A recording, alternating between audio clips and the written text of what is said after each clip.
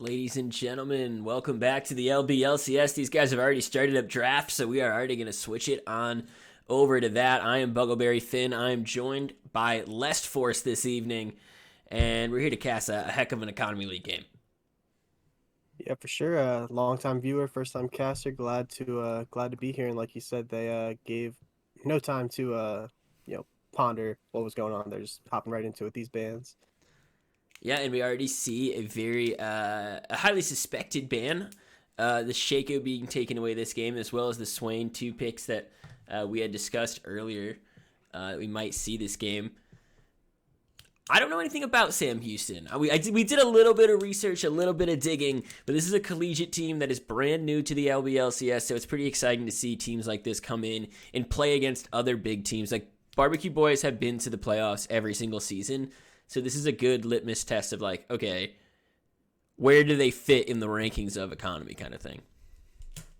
Yeah, for sure. It looks like it's going to be a big opportunity for teams to step up in economy as like honestly almost half the economy league from last season came up to commercial this season.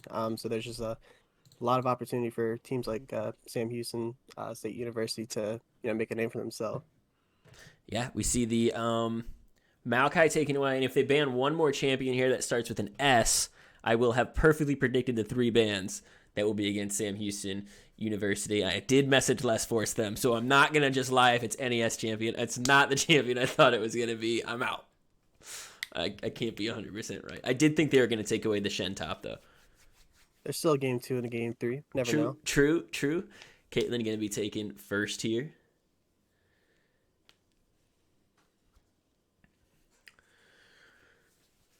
Barbecue Definitely Boys. Barbecue Boys.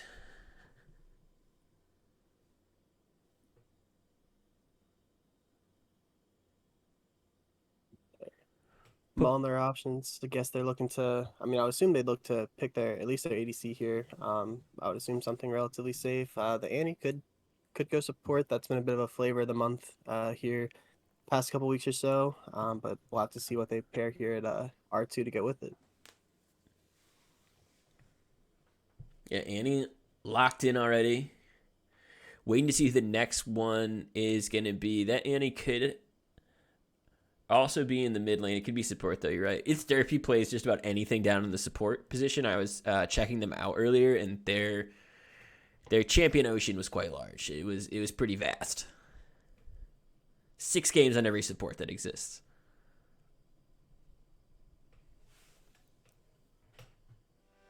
Wasting any time.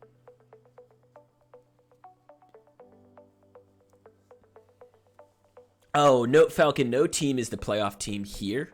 Barbecue Boys in the last 2 seasons of the LBLCS have made the playoffs to the quarterfinals and semifinals, respectively. So they're not like currently a playoff team, but have made it to playoffs in the past. So that's why it's a good like litmus test for the new collegiate team, Sam Houston, to see how will they fare throughout the rest of the season.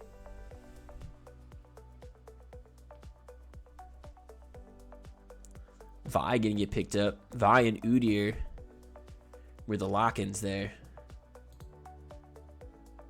Well, yeah, like the Vi, very strong champ at the moment. Gonna need a little bit of a dive buddy though, either coming from top or mid, depending on what they decide to do with that Annie. Although the CC there could be pretty crazy with a Vi Annie ult combo on the Caitlyn potentially.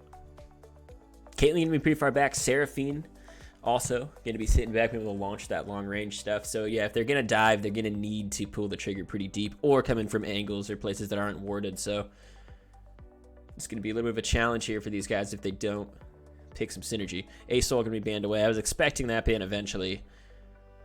Pretty strong champ right now. Absolutely. People still got to figure out how to play against it.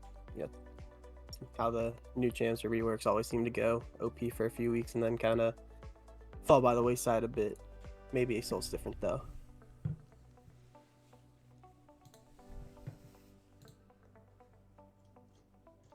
I don't know. Okay, so the Mundo's going to be taken away. They don't want stuff that can just run through these guys. That's what they're worried about right now. There is the Shen ban finally coming out, something I touched upon briefly moments ago.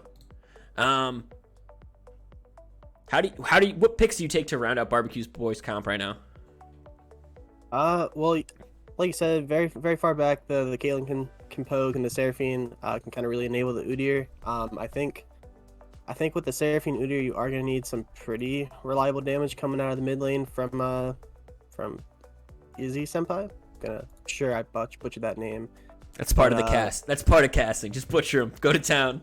go to town. And looking at their champ, I'm not sure what they've got cooking up here as the Pantheon that I think you actually called out potentially go mid here, which would push that Annie support. Yep. That Pantheon most likely is going to be in the mid lane. Akshan going to be picked up right here. It looks like being hovered at least and is locked in. Lot of damage on the side of Barbecue Boys. They've got pretty high damage here. Actually, both teams are pretty explosive. This is all about setup. This is all about who can set up what they want to do and then who can execute that without getting beat. Seraphine's going to be pretty good at helping stop this dive that's going to come in. Udyr the same way. Caitlyn will have that distance. Akshan might be in some trouble. I'd like this Mordekaiser pickup. I think that's going to be really powerful in team fights. Yeah, for sure. Can either detract one of these divers going in on the Caitlyn, who, if you're able to get rid of either that Vi or the Pantheon, should be able to kind of run rampant on a Jinx. Definitely wins that strict lane matchup, and then as the team fights go on, it's definitely better in that sense. We'll see what the answer into the Mordekaiser blind is coming out, and it's going to be the Kennen. So those are definitely some good dive buddies for the Vi, the Pantheon and the Kennen. Yeah, I'd say they rounded out their count. Both these team comps are pretty good. I like that I'm expecting a high number of kills. Just looking at how these guys want to play. Pantheon in the mid lane, Vi in the jungle. We should see some pressure. We have some easy setup for some ganks too.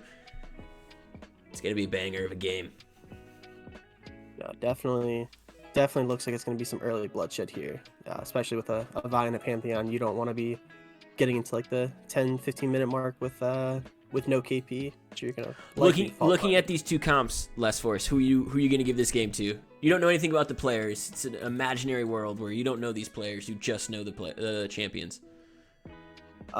Imaginary world. I think I prefer the Barbecue Boys comp. I think that it's gonna be hard for the Jinx Annie to really do a whole lot to the Caitlyn Seraphine. Just on paper, Caitlyn has the range advantage. Seraphine can heal up.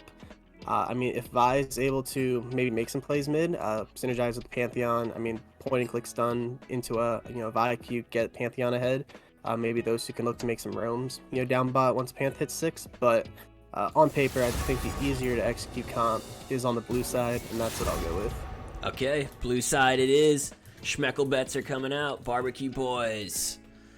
Sam Houston. Thank you so much, Slow Cryptic. The tier 1 sub to D-Shot 29. Welcome, my dude. Are you a big better, LessForce, in the Schmeckle game here? I try as much as I can. Last season I think I got up to 21 or 22k, which for me was a lot.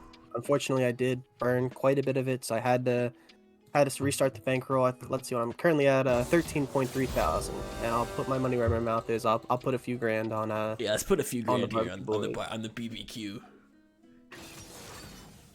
BBQ Boys. Yeah, these bettors do not agree with me whatsoever. 98-2. They do not. There's a lot on Sam Houston, which is interesting because like a lot of the times when I see people betting on teams that are newer to the LBLCS, there's usually like not that much bet because people who are supporting that team haven't been watching the stream. They haven't accumulated those schmeckles. Or what will happen is it'll get really late and someone will then bet a bunch on them at like the very last second of the bet to try to like basically hustle the other teams that were betting on the team that everyone knew about. Like Barbecue's Boys is a team everybody knows about or most people have heard of. This other team's brand new, so seeing this schmeckle dominance from them is very interesting to me. People must know something I don't know about Sam Houston. It's actually funny that you mentioned that because I distinctly remember my team's first game in the LBLCS. We were playing against Tree Gang in the Financial League, and our first game, I think, was Praetorian bet like 75,000 on Tree Gang just because of the name the name reputation, and we ended up 2-0 in the series. So he was pretty distraught that day in a community after the fact. You So took definitely want to talk 75K about him. from Praetorian. I love I that. think I have a screenshot somewhere saying I've learned my lesson not to bet on team volatility, but it's probably pretty deep in the archives. We'll get it. I'll post a screenshot of it. I'll find it. Mordekaiser's matchup. Mordekaiser's going to be up against Kennen. I actually don't know that top lane matchup too much. Do you have any insight into that? Can you walk me through it? I mean, I used to play top lane. Wasn't great at it, admittedly. I would imagine that it's difficult for the Mordecai. I feel like Cannon should be relatively safe in terms of farming, especially just with the E speed up to potentially get away from the Mordekaiser E. As far as team fights go, though, I definitely could see the Mordekaiser kind of negating what the Kennen wants to do. Goes in for the ultimate and then just gets matched with the Death Prism. PC Marshmallows asked me a specific question in chat. He's asking me if I can go into detail on my love for Sucking Toes, and I cannot. I can't go into detail. It's more LeChance's. I don't want to take anything away from LeChance and his art with the phalanges on the feet. So I'm gonna steer clear, but I appreciate the shout out, appreciate the call out. I heard a rumor that Les Force is packing serious meat. Do you want to reply to that, Les Force? I will say that I definitely appreciate the support from the Team Volatility boys coming out in my first cast. With that said, I believe you're a little mistaken on my career occupation. I don't work in a meat distribution factory. Not a butcher. Not a butcher. We'll see if I go on Butcher Pantheon here in this one. I'm excited about the skin game. You usually see pretty intense skin games here down in the Economy League, but we actually already have an Economy League. Did we have an Economy League game casted last night? So we have some insight into Group B, but we don't have any insight into Group A. So this will be our first little taste of this when we load it in about 3 minutes. For sure. Well, you got some real fans out there, Les Force. Yeah, I appreciate it. Except for that Skyline guy. Except for Skyline? Fuck Skyline. All my homies hate Skyline, dude. Oh, he took my role, took my starting spot. It's a hard knock life out here. Damn. Comes on here just to harass you with hearts. How rude.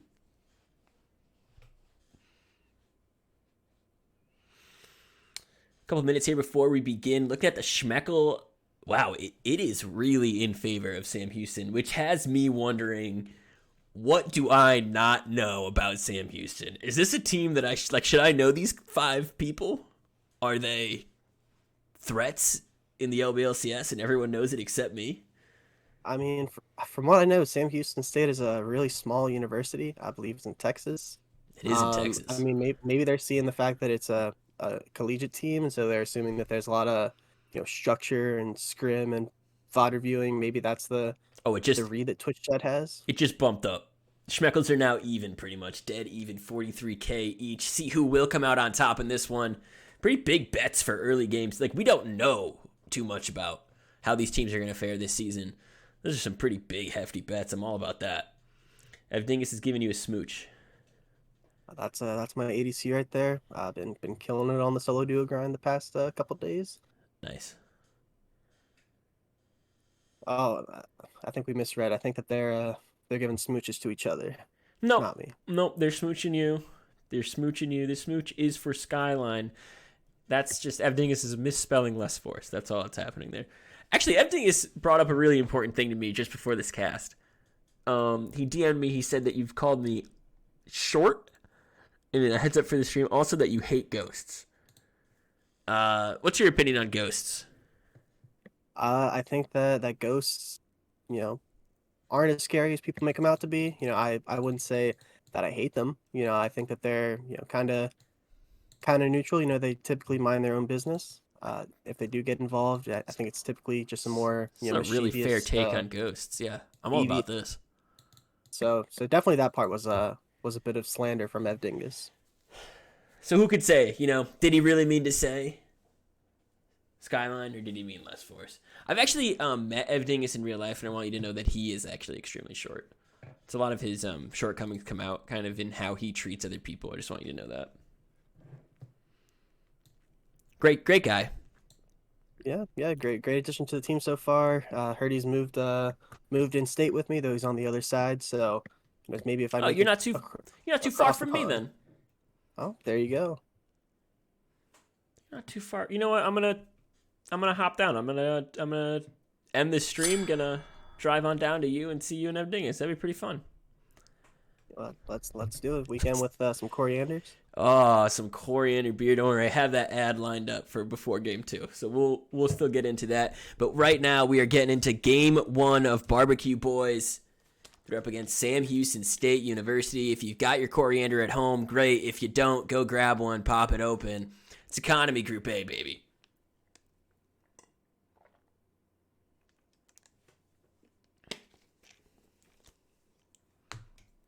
All right, speaking of ghosts, Udyr's got Ghost.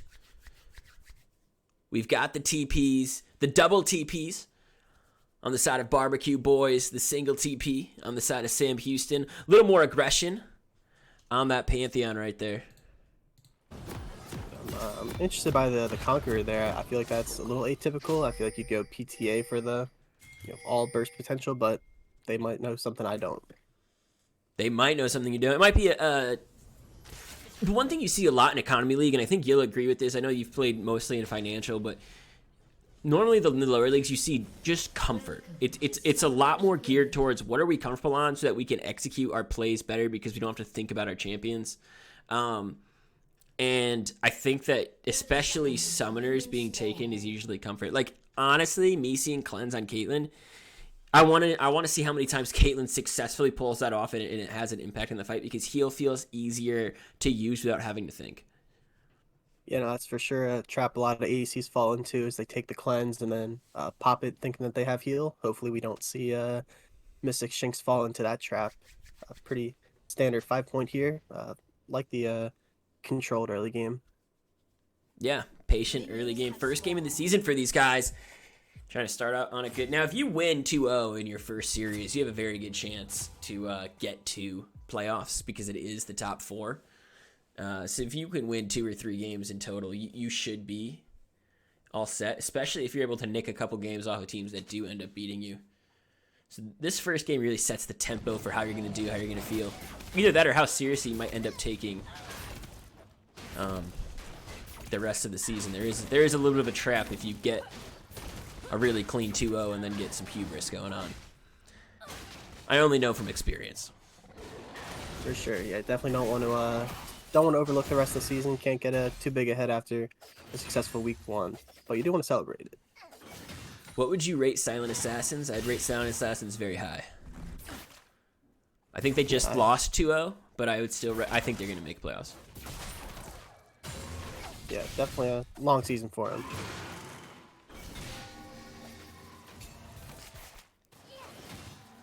Pretty tame right now. Pretty chill. We'll see who does hit level 2 first down in the bot lane. Mordekaiser's already 2 up in the top lane. Does get the grab right there onto Kennen as well. Going to go in for some damage. Trying to follow it up with a lot. That passive just helping chew away. Kennen drops the pot, backs up, and here comes LS Gaming in the mid lane. Good. Pretty good trade there for God Loves up top. The wave's kind of in a rough-ish spot, so he's trying to get that deeper vision while he's got the opportunity.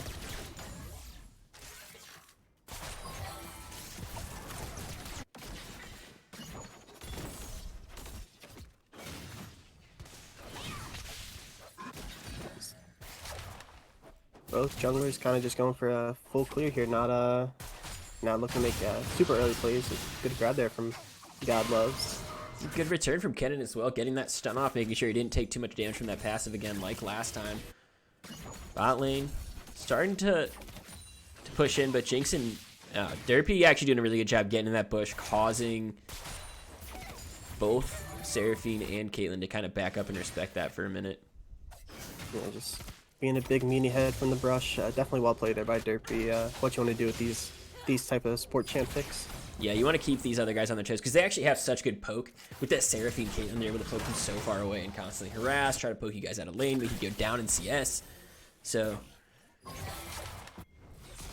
here's the gank right now. Nutty Almond coming into the mid lane. LS Gaming going to drop that E on Pantheon. Now taking a little bit of damage, but actually might be able to walk out. Does have flash shell. Might end up using it.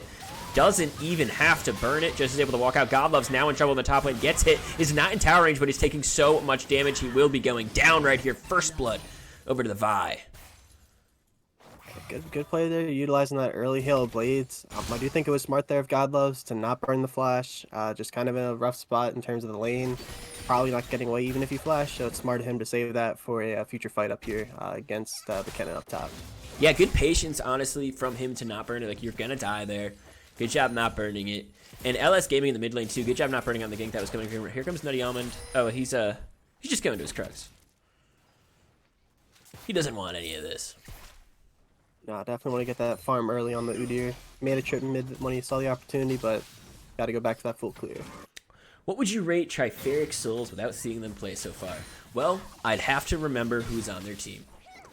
And is it you, Sammy Two Slap? I feel like it's too odd a question for it not to be Sammy Two Slap. I feel like it's got to be him. Local doctor here at the LBLCS, Sammy Two Slap. Fix you up, 2 slaps.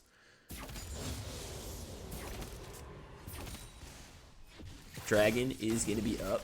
It's an Ocean Drake. Blue side pushed in down here in the bot lane, and Vi on their Gromp. So in the area, could choose to act. But some wards already exist, so should get spotted out if they decide to come down. Yeah, really good vision from the Barbecue Boys here. They likely will see the Vi as they look to Vi's actually going to drop a ward and see that they have vision, so likely nothing coming out of that. Yeah, the immediate pings come down from Barbecue Boys being like, hey, ward just got dropped there. Good communication. Sammy Two Slap says it's my roster. Well, Sammy Two Slap then, they're going to make it to finals and then lose. That's what I think is going to happen. A little bit of salt in the wound. Was a banger of a series last year, or last season rather. Yeah, 5 games was gnarly.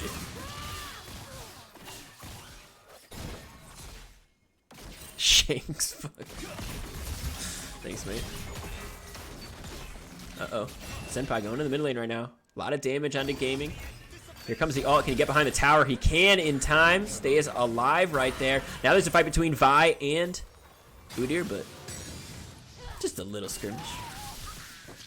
Yeah, Senpai definitely getting the better end of these trades in the mid lane so far, which kind of not what you expect with the Pantheon pick mid, but maybe just needs to come online a little bit, get a little assistance from Not Toxic in the jungle there.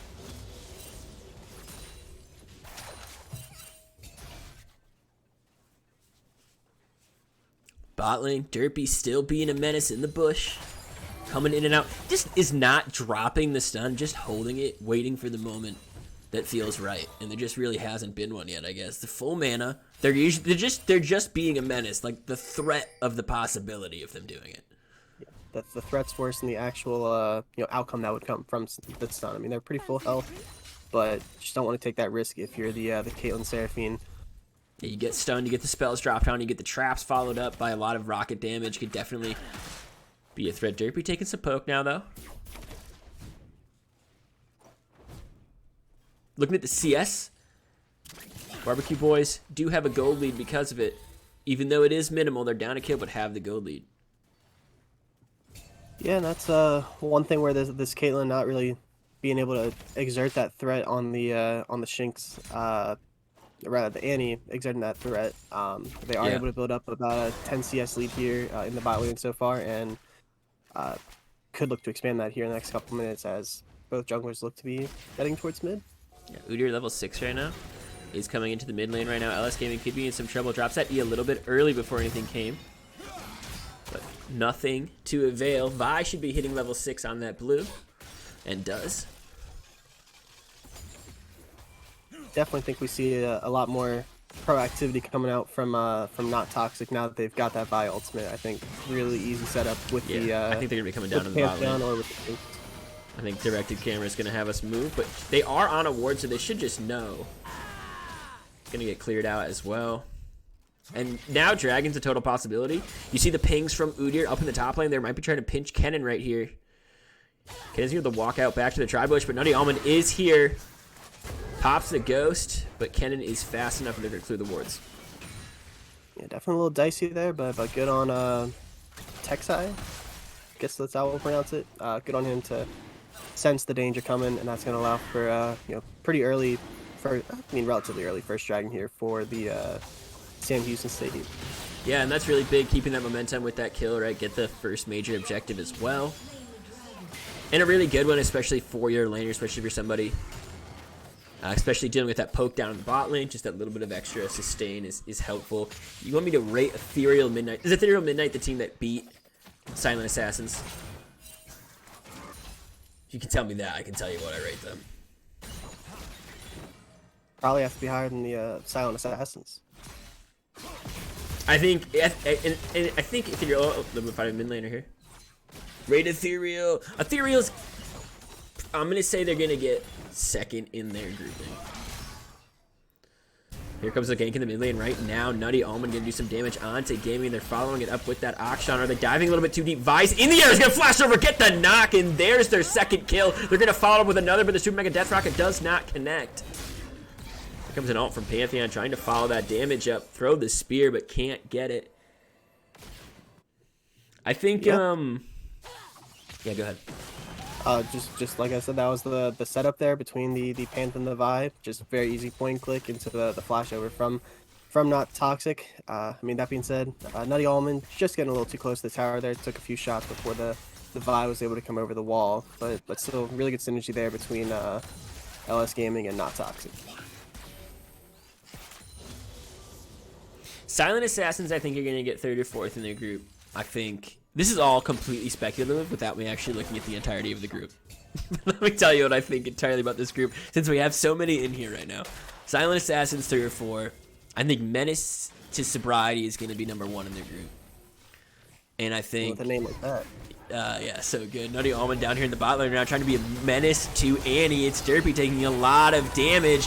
Oh, and that's a huge ultimate from Seraphine. It's going to connect onto both of them, and these guys are going to start getting some of these kill back. Here comes the Caitlyn ult. It is going to connect. That Tibbers, though, being a menace onto the Kate, it's going to be really close. She is able to survive and get the 50 gold. Up in the top lane, there's another skirmish as Kennen gets the stun off onto Godloves. Really good angle there by Femboy on the Seraphine R. They're able to pick up the double kill, and they're now going to pop that Rift Herald in the bot lane, try to get some more gold on this Caitlyn, extend that lead.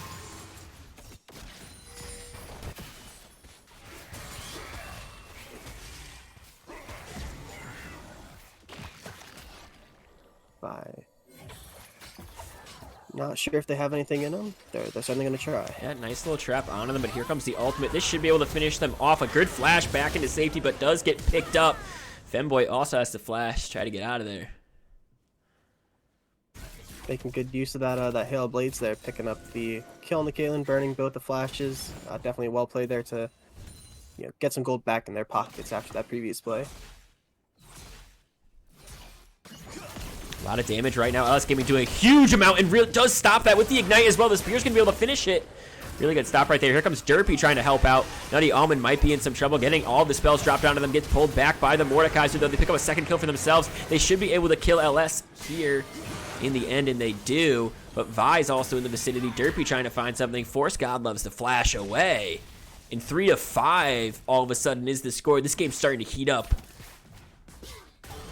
Yeah, no, it was a good read from Godloves to make that rotation down from top, but just a better read, I guess, from Derpy coming out of base, walked straight mid, and was able to answer. Able to get 2 kills in their pockets for Sam Houston State. I think Derpy's going to be massive for this team having setup. I need to see some more words start coming around these major objectives. They already got one, so if they can start snowballing these dragons here. Uh-oh, a lot of damage onto Jinx. Almost gets poked out entirely. That ultimate is up for Caitlyn if they wanted to take him out of the lane, but it looks like they're going to back up and leave over here down by the blue buff.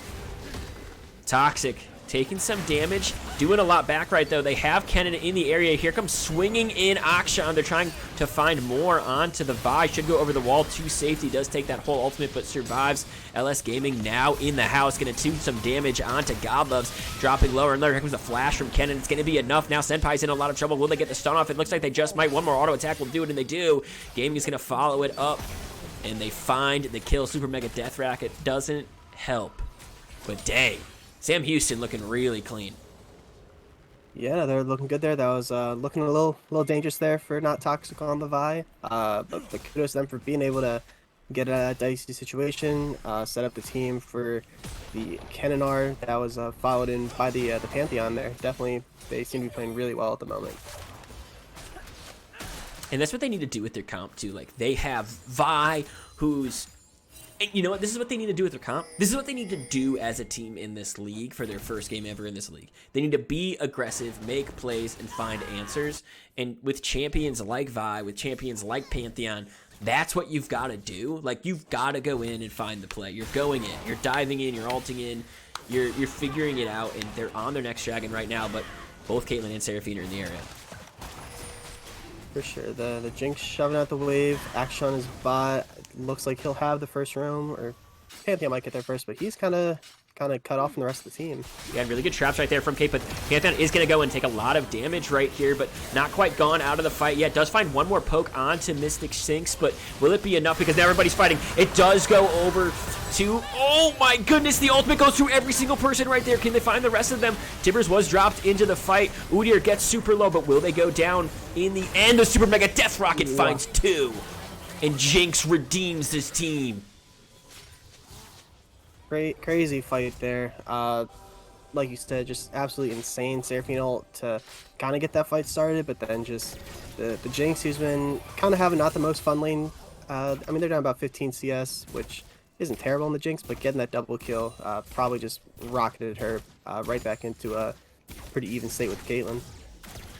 Yeah, someone just Humble Protector was just saying SHSU has so much lockdown. I don't see how BBQ can win this without a 5-man serial. I see angles where BBQ can win this without a 5-man serial, and that they have so much range and so much protection with something like a Mordekaiser ult to take out somebody who does dive. As long as they have really solid warding can get to objectives ahead of time and keep Annie. I think Annie's actually the biggest threat. Annie and Kennen getting in and finding big team CCs is the most problematic idea for them, because if they do get their 2 ADCs stunned and locked out of the fight, then 100% SHSU is going to win these. But if they can just poke these guys off and keep them at bay and then separate them with something like Godlove's ult, who's now in a lot of trouble up here in the top lane, looks like he is probably going to go down, does separate Ion Toxic, and they are going to pick up Rift Herald during that entire skirmish, and now they got the rest of the team here to follow it up, and they're gonna do a lot of damage right there. Big heal's gonna keep him alive for a little bit longer. They're able to pick up one. Can they find the second one? They're looking for Kennen right now. Nutty Almond all over him, but it's Derpy doing damage from the side. Now they're looking for the next one. They should be able to pick up that. They get Kennen. Derpy getting pulled back right there. Mordekaiser, great flash over the wall from Derpy. Stay alive for a little bit longer. But they will die in the end. Kill going over to Caitlyn right there. Another massive play here. Gonna make this game even tighter. A bigger gold lead grows for the side of BBQ Boys. They're just starting to cook.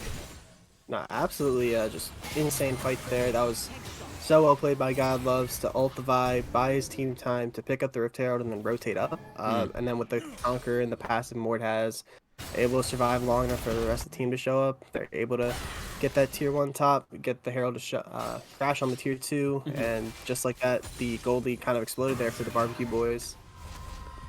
Yeah, and they kept having these almost fights. Like, BBQ Boys kept having the almost fight near Dragon. They had a couple almost fights in lane where they were getting really close to finding the kill, but couldn't because Vi came in that mid lane tower dive.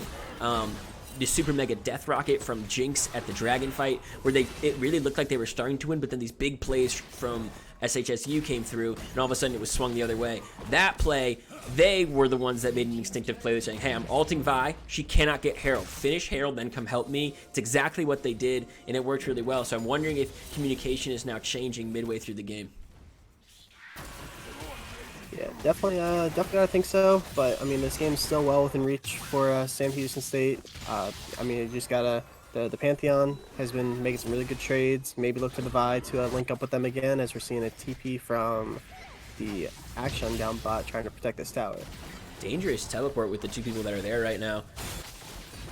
But they won't take the tower too fast, and they do have Udyr coming around the backside. They've also got Caitlyn and Seraphine coming down as well, but a lot of CC getting dropped onto Udyr right there as Godloves is bothering LS Gaming up in the top lane. Pantheon taking a huge chunk of damage, should be the one going down, does get a shield for a little bit longer, flashes, and dies, so another kill for Godlove. He goes to 2, 2, and 3.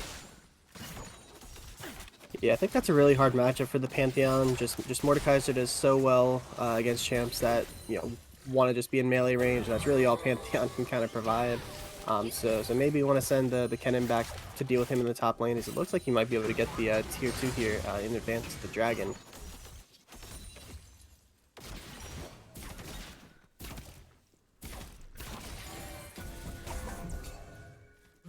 9-9 is the score, but the gold lead is massive. And Vi up here on Godloves. Vi is pretty strong right now. Has 3 kills herself, doing a lot of damage onto Godloves, who's already almost dead. Super Mega Death Rocket, he almost flashes into it, but Vi should have another charge. Does dodge the E. Here comes Kennen for the cleanup kill, and he grabs it.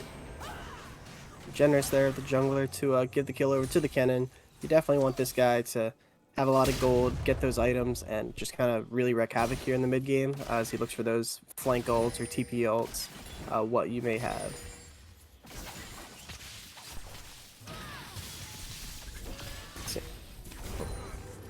Taking a lot of damage there on the action. Yeah, that was close right there. Good use of the Gale Force. Find some damage onto him. Now they've turned sights on a dragon, and this is when it's dangerous for them because it might be hard to go in, but they're actually not set up to poke them off. They're actually just awaiting their onslaught, and here they come. This is not what they want because they're all in at once, and here they go, trying to take it all down, and they're going to grab the dragon as well. Seraphine does hit 3 with her ultimate, but it is not enough. And third Drake goes over to SHSU. So that is... I guess, you know, maybe the big thing is they didn't have 5, and they're like, let's all try to get to the back of the pit, finish off this dragon, and do it. But how would you rearrange that fight if you could for them for that to be better? Well, against the Kennen with, you know, one of the most lethal circle-shaped ultimates, I think I would probably avoid grouping up in the dragon pit like that. I mean, I understand what they were going for. They saw the Vi got a kill on the Mordekaiser top, and they wanted to burn the dragon, deny soul point, but they just weren't quite able to get the damage off quick enough, and with the Mords still coming off respawn, it was just a numbers advantage for Sam Houston State, and it was just a really good execution there. Yeah, it was really good execution. LS Gaming does take the turret down here in the bot lane. Senpai could have been in trouble there if LS decided to go aggressive, but neither of them with some, so they're just going to back up.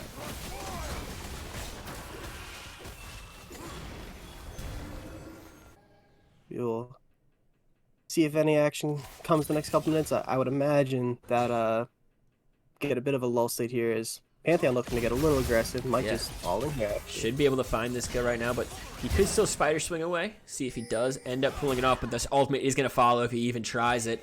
The Q should finish him off, and it's a solo kill for Pantheon. Bit of a caster curse there. Derpy here in the mid lane, helping out. Gold lead's still on the side of Barbecue Boys, but overall, stats probably going to be on the side here of SHSU because they do have those 3 Drakes. Got one more, and so they've got Soul, and it's a good one to have for how aggressive their playstyle is. Yeah, you really, if you're the side of Barbecue Boys, you got to try and find a play here in the next 2 minutes or so to try and extend your gold advantage, try to get yourself in a good spot. Maybe catching the Udi here is the plan. Yeah, really good ultimate being dropped down. Nutty Almond now going to have to try to run away, but so much damage onto them in just a matter of seconds, and Linda's going to get that kill. Kind of a silent, wonderful player Linda has been this game. Yeah, playing that weak side Jinx pretty well. They've been able to pick up some kills along the way though, and the later this game goes, just the better off the Jinx is going to be for sure. Yeah, that red just reset right before this fight though. They were unable to pick it up, so now we might see something try to break out. They are in the Baron Pit. This is the reverse of what happened down over by the Dragon Pit. These guys are here early this time. Here comes a teleport. They're going to be looking for something because Udyr is dead. Can they find it? They are taking so much damage from this Baron. They're already down to half life, but here comes a massive Seraphine ult. It's going to connect down to 3. Kennen also going in, going to stun up 3 or 4 of them. Pantheon on the back line, though. Caitlyn's already taken down. It's a 1-for-1 so far. Can they find more kills? Godloves now might be in trouble. He's just looking for Kennen. Maybe a little bit blindsided, a little bit tunnel visioned. Is it going to matter that he jumped in too far? He goes down. Senpai, Femboy running for the hills. Just Senpai left as Udyr is now alive. And the gold lead finally shifting over to the side of SHSU, but Udyr is now up, and these guys are half-life. He's going to look for something. Yeah, they're trying to salvage with the jungler down. They don't want to give over the Baron for free in advance of that soul point, as that's going to make that fight really kind of doom and gloom. I mean, they are able to get a kill back on the vibe, but overall, definitely still a really good play for SHS. And here with the soul come up in about a minute and a half, I'd expect them to put their focus down there on the bot side, set up for that massive Infernal Soul. Never underestimate the Yep. power Clutch of FG, the thank you for becoming the South's majority shareholder here at the LBLCS. That is only one half of one half of one half of 1 penny. But thank you so much.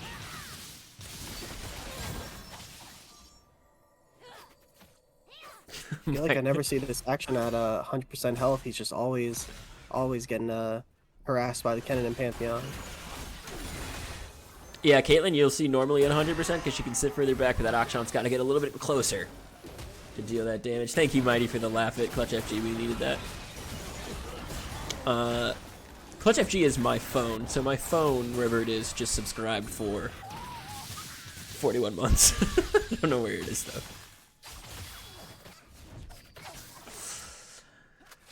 That's the bit. Looks like SHS is looking to trade Dragon Soul for a Baron here potentially, as they might have more guys to caught. Yeah, it's gonna create a little bit of distance, but if they go for him, this means, can they actually rush it down in time? It doesn't spawn for 9 more seconds. Godlove's doing a really good job taking a while to die up here. So they're gonna go Baron, and they're gonna stop Soul with the Infernal Dragon take, just like you're talking about. Yeah, I think it's a good trade there for Sam Houston State.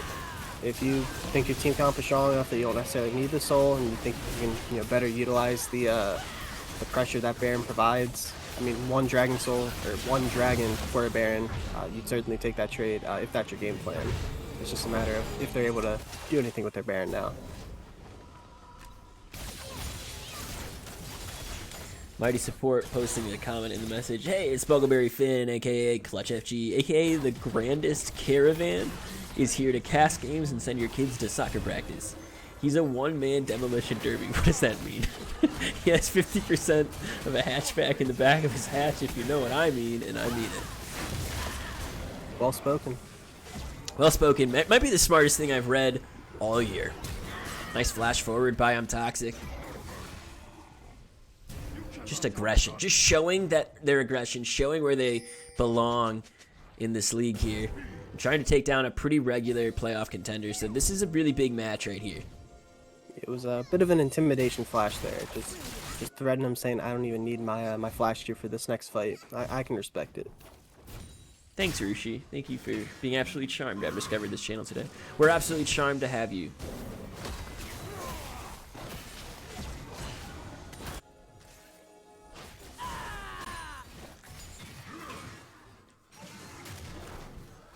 Really good wards from SHSU right now. They're just going to start pushing up that ward line too as they get deeper here. And he still has a few more they can drop. Going with a bit of a 1-3-1. I think you do have to be careful if you're the Pantheon down here. Well, actually, it looks like Kennen they're might committing more be in resources trouble. to Kennen caught between Although he might be able to kill rock hard. Senpai. This is dangerous. Luckily, he had the blast gun there. Yep. Vi's going to pressure them off. They're going to get another turret here in the mid lane. Objective bounties will be spawning in just a moment here. For Barbecue Really Boys, need to stop Kennen wants to take that blast cone. He's going to flash over, actually going to look for the damage. A nice ultimate. Seraphine's going to hit a couple with them, but she will go down. So 1-for-0 right now as they're looking to really take this in him in the mid lane. That's the struggle when you lose control of your side of the jungle against champs like the Kennen, like the Annie. Yep. That immediate burst potential just gone in an instant. Seraphine was. No, y'all been doing some good damage with that ultimate though.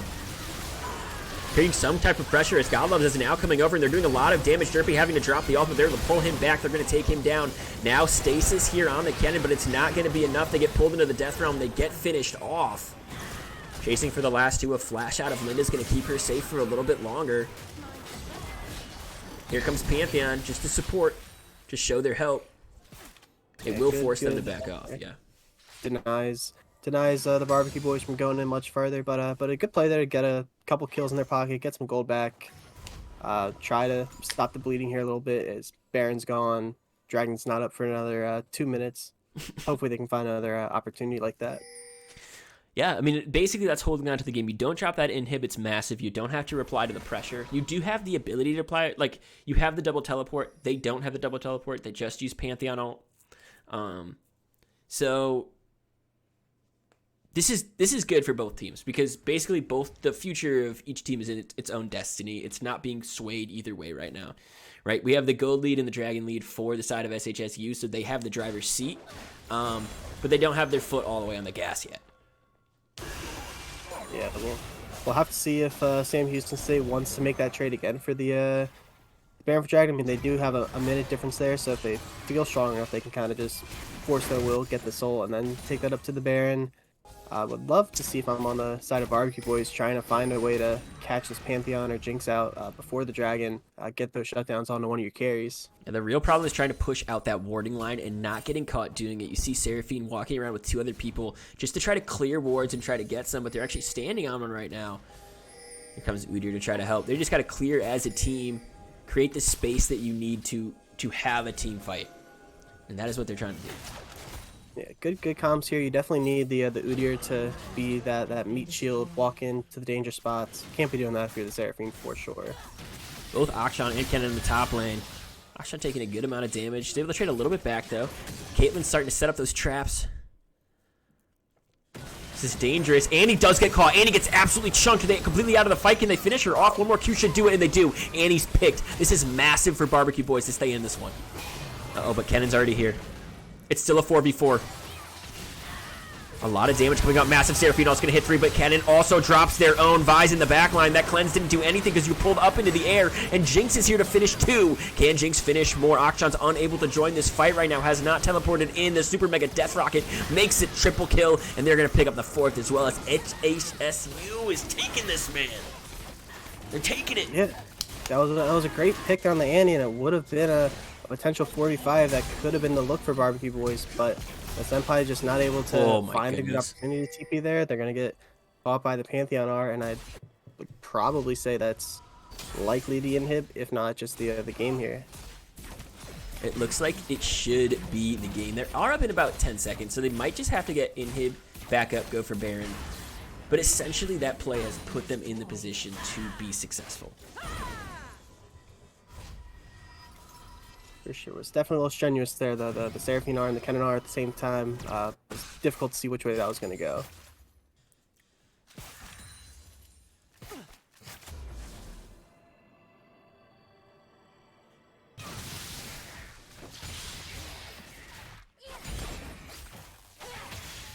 Setting up the vision line in the blue quadrant for Barbecue Boys.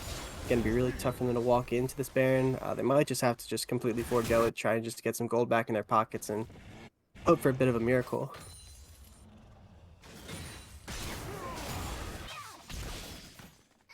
Down by about 7k. The other team has soul. Barbecue Boys.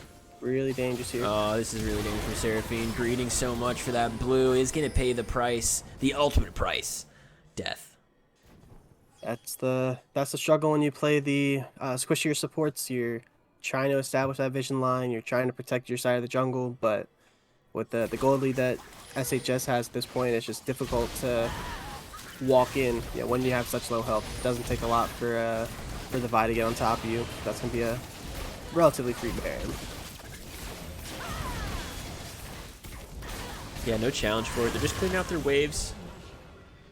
Trying to delay the inevitable right here. The low budget trophy that they receive, since this is a free league, is permanent clout. And they might be able to get a permanent win right here if I could have found that, but they were unable to go in and find that. We have Kennen up in the top lane, which is why they weren't necessarily looking for it. Seraphine is going to go match that, though, which means she's not going to be with the team.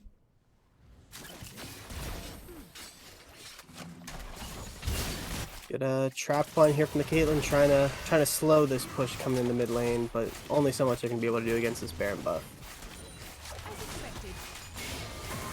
Yeah, this is a make or break moment right here for Barbecue Boys. Can you hang on to this? They have every single tool except, oh my god, Annie again in that position, getting caught out a little bit, stepping on a trap. Yes, Jinx not missing the beat at all. As soon as they see someone step in that trap, I mean, they're making them pay. Could be an angle for Barbecue Boys here if they're able to find a good pick here with the Annie at such low health. They probably can't base. I actually think that splitting normally, like you see, like, oh, let's split up, let's force them here to go to 3 different lanes. I think you just 4-1 with Pantheon or Kennen in a different lane, and they can come and try to make that side gank. I think you actually run the risk of like them just being able to permanently clear like this for a really long time until they have to deal with Pantheon. But they're looking for the slow burn on the Barbecue Boys here. Yeah, I definitely think I agree. I'd probably send the Pantheon by himself since he's able to ult pretty much at this point anywhere on the map where there's a fight. Just keep that threat of the Kennen Vi with the Pantheon over the top. But so far, it seems to be working relatively well for Sam Houston State. Sam Houston, brand new to the LBLCS, looking for their first win here this season. Might just be able to clinch game 1 in this series if they're able to push in further. Here comes Vi, looking for the charge. Is not going to commit on it. Going to back up, try to meet their teammates as Linda again going deep onto that Caitlyn. There we go. Finds it onto Akshan. Is going to be able to take them down, and now it's a 4v5. They're in a lot of trouble because there's the flash forward from Kennen. The huge ultimate's going to connect onto 3. That's a lot of stuns coming out. Godlove's trying to return the damage, but Toxic also deep in the backline. Looks like Jinx is going to go down. Kennen gets killed themselves. It's actually a turnaround right now from Barbecue Boys, but here comes Pantheon to clean it up. It was a 4v4. He's making it the 4v5. They're picking up 2 more. LS Gaming gets the double kill, and that should be game over for Sam Houston. Yeah, nice introduction here to the LBLCS, picking up a pretty clean victory here in game 1. Now, we're going to have a small break before game 2, but in your opinion, Les Force, right, loser pick side, right? So you've just lost on blue side. Do you think you can change draft enough? Do you switch to red side? Do you stay on the side that you just were? Do you think red side opens up an easier way to maybe get dragons, because that is really the way how you fell behind? You were ahead in gold for most of that game if you're on the side of Barbecue Boys. I think if I'm Barbecue Boys, I don't necessarily think I hated the side selection. Well, I mean, obviously they were forced on blue game 1. I don't think that they had a bad draft necessarily. Mm-hmm. I think maybe they did have a bit of a hard time getting on to the Jinx as that game went along, which is why they in part why Linda was able to put up such a nice stat line, just able to stay in the back line and be free of danger because the Udyr and the Mordekaiser just couldn't walk through the rest of the team. Mm-hmm. So maybe you need a little bit more direct engage. I mean, I think the Seraphim was a really good pick. I think they were doing well in the lane phase, but just the further along that game went, just Sam Houston State was able to, I guess, execute a little bit better, as it looks like they swapped sides. Yeah, it looks like they are swapping sides. I'm actually going to pull up the previous draft, so you guys can just take a look at it really quick and maybe talk about it, because there were some interesting things. We saw the Shaco, Maokai, Nautilus banned away by the side of Barbecue Boys, so wondering if they're going to choose to stay with those bans, or switch it. Did you see anything that they really thought they should get rid of? Was the Vi a big problem? Should they try to not have to face that? What do you see? I think that the Vi was really well executed by Not Toxic. In terms of if it was well enough executed to warrant a ban, I mean, that just depends on. And there's a lot of those tankier jungler support-ish type picks, and I mean, if they're able to pick a Sejuani, looking at their account, it does look like they play a decent bit of Sejuani, which I think fills. I mean, a little less aggressive, but a very similar style. I don't know if I'd ban the Vi. I think if there was one thing I would change, it would just be to have something that can go in and assist that Udyr a little bit more. Because I mean, the Mordekaiser was doing really well. It just wasn't able to get the ball rolling once the Goldie was getting a little out of hand. Yeah, I mean, I think watching that game, I've learned a lot about Sam Houston, just straight up. I think Derpy is the mastermind, the playmaker, the guy who makes stuff happen. I think Toxic is the loose cannon, and I think TXI is just like the hype man who, if anybody does anything, he's like, I'm all in. Let's do it. I'm following everybody's backs. I've got everybody's backs. And then LS and Linda are they're just straight up damage dealers who are just looking to deal damage and have no other thought. Like Linda, great ultimates from that Jinx to Super Mega Death Rockets hitting constantly. Won by that Dragonfight, got the double kill. They got another one later in the game, picking up massive kills. But Derpy on that Annie was a presence. Like if I had Schmeckles and I could make somebody hunk, I'm making Derpy hunk. We'll see if chat takes the call to arms there, redeems the hunk alert. Barbecue Boys, though, I do want to shout out Mystic Shinx. I think that they were playing that lane really well. They were playing aggressive. They were getting some really good trap lines there and putting Derpy in a tenuous spot. There was that one dragon fight where they chunked her out before the fight even started. Could have gone another direction if the action was able to come down. But yeah, I definitely think putting them on a pretty aggressive ADC, something that can win lane and maybe just try to play through them this game, I think that'd be a really good shift in focus here. Mix it up a little bit. I think they are already drafting. I just had to do some rearrangement of the universe so that we could enjoy next game when it comes. I'm going to put the draft on now, though. Yes, so it does look like I promise I didn't have the draft up when I made that claim, but they did end up banning the Vi for Barbecue Boys, and Sam Houston State did pick up the Sejuani in response. And it looks like that Caitlyn was a takeaway last game because they were blue side. They first picked that Caitlyn away. So now we're looking at the Caitlyn being banned by the Barbecue Boys. Interesting shift there. Gonna go ahead and grab their jungle just to buy themselves some time, decide what they want to do with their second pick here. Still think Viego's generally a pretty good like cookie cutter jungler. Mm-hmm.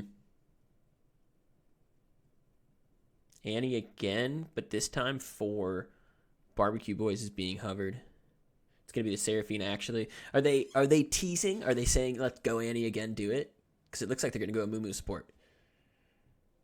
Yeah, maybe taunting there a little bit. Saying you won't pick the Annie again. I do think that the Kate Seraphine was a pretty good lane, so maybe they didn't think the Annie was necessarily a big problem, but definitely they decided to go with this Mumu here. Pretty huge engage potential, locking down that backline as they match up with a Sivir. And this is kind of what I'm talking about too. Like this guy is the hunk. We did have somebody do it. Like I actually think Derpy is low key. I don't know how he's viewed on his team, but Derpy is the mastermind. I'm convinced. Convinced without knowing any of them. No, absolutely love engage supports being able to make that snapshot call. Definitely my preferred play style, and the Amumu certainly enables that, as we're going to see Varus go into the Sivir.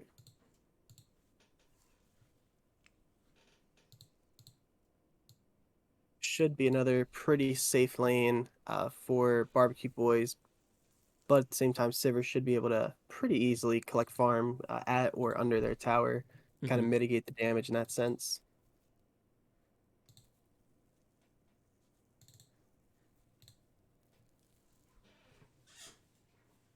Yep. Spec man there on the Kennen. I like both comps right now. I think both comps are really good. I think they need very different things to round them out. I think that they've got they've got this like really good poke stuff out of the Barbecue Boys, and I'm wondering if this is going to be their motif, and like this is how they're going to start playing more games. Like they're going to have poke heavy. If they're going to do that, they need like a really solid front line that means people like Amumu and Sejuani aren't just going to blast through and get to the back. Like Viego is not that front line.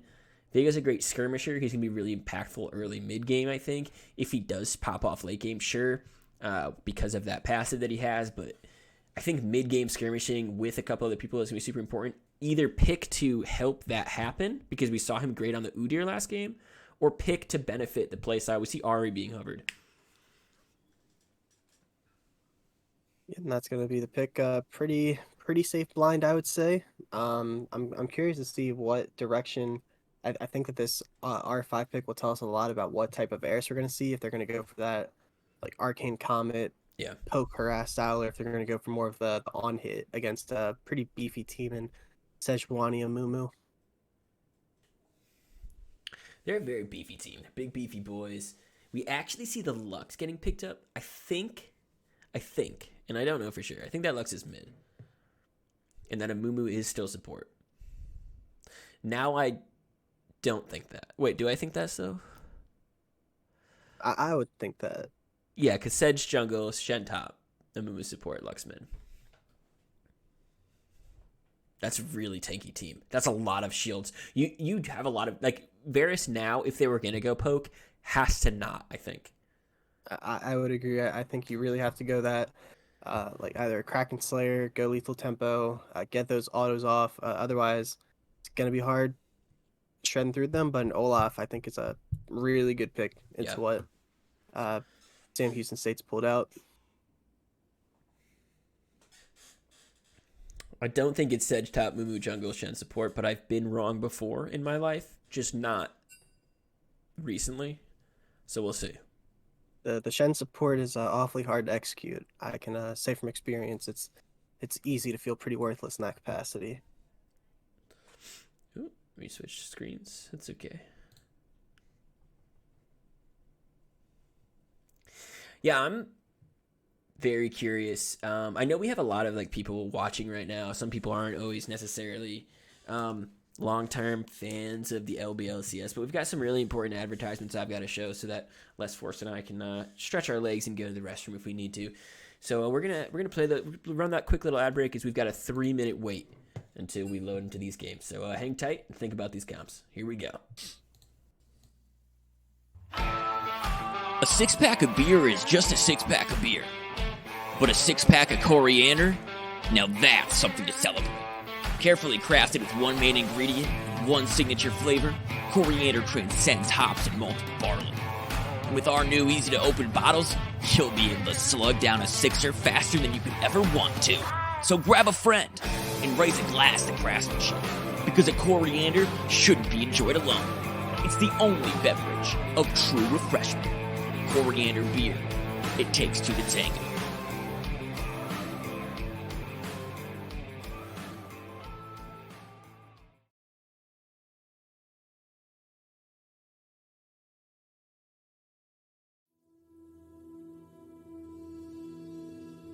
Ladies and gentlemen, thank you so much for joining us today. A groundbreaking day in LBLCS legal history. People would die without Schmeckles. People can't live their lives. They can't get food. They can't get corianders. How would you expect to live without a Schmeckle? Schmecklegate. You saw it because you were there. The people were there. Mighty Fool sent money to a place it didn't need to go. What people don't realize is just exactly how involved Ed Dingus was in all of this. The Mighty Fool played his hand, and I was one who benefited. You thought you could get away with this?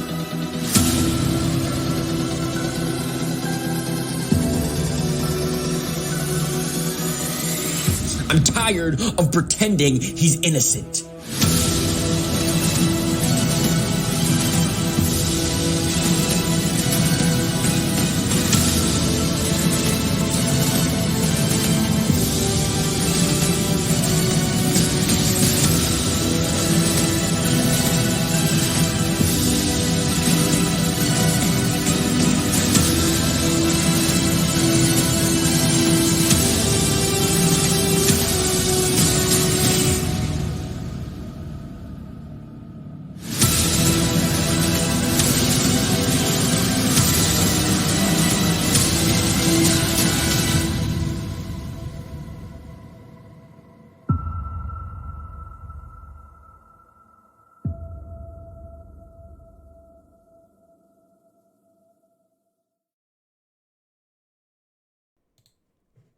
And we are back. Thank you guys. Yeah, Schmecklegate. If you don't know what Schmecklegate is, basically you guys all were just betting Schmeckles and still can bet Schmeckles right now on who's going to win the game. And one time, the Mighty Fool, who's in this chat, is named Mighty Support, illegally gave several people, he did the wrong result. So people lost thousands and thousands of Schmeckles. And people who just happen to be Mighty's friends gained a bunch, so kind of wild. Kind There of was wild. a whole docu-series on it. I think I saw it in Community a couple weeks ago. Had to make sure to get the full 40-minute context. Yeah. Whole docuseries. We're gonna come up with a podcast about it. It's a whole thing. It's a real problem. Now, I will say the good thing about SHSU winning game 1 is like their introduction to the LBLCS is quick, and also like they get to fill up their coriander on the screen. And I'm gonna switch to that screen just for a second so you can see. Ready? Coriander's gonna be filled up on that screen. Check it out. So they've already got 1 beer. That's good. Massive transition. I know you guys also watch the coriander ad, so important to get your corianders here at the LBLCS. Sure. Actually, speaking of that, while we got a couple minutes here, I was asked by a Skyline before heading on here, where can he buy some corianders? He was begging. He's heard such good things, but he just doesn't seem to be able to find them in his local stores. Go down. Well, you need to go to your local beer shop, okay? And you're gonna wanna, when you get in there, Control F and search coriander beer, and then buy it all. It's great beer. I'll send you some. I'll send you some coriander beer. Sounds good. Looking forward to giving it a try. Like I said, nothing but positive praise I've heard. But that's all from Splash into the beast.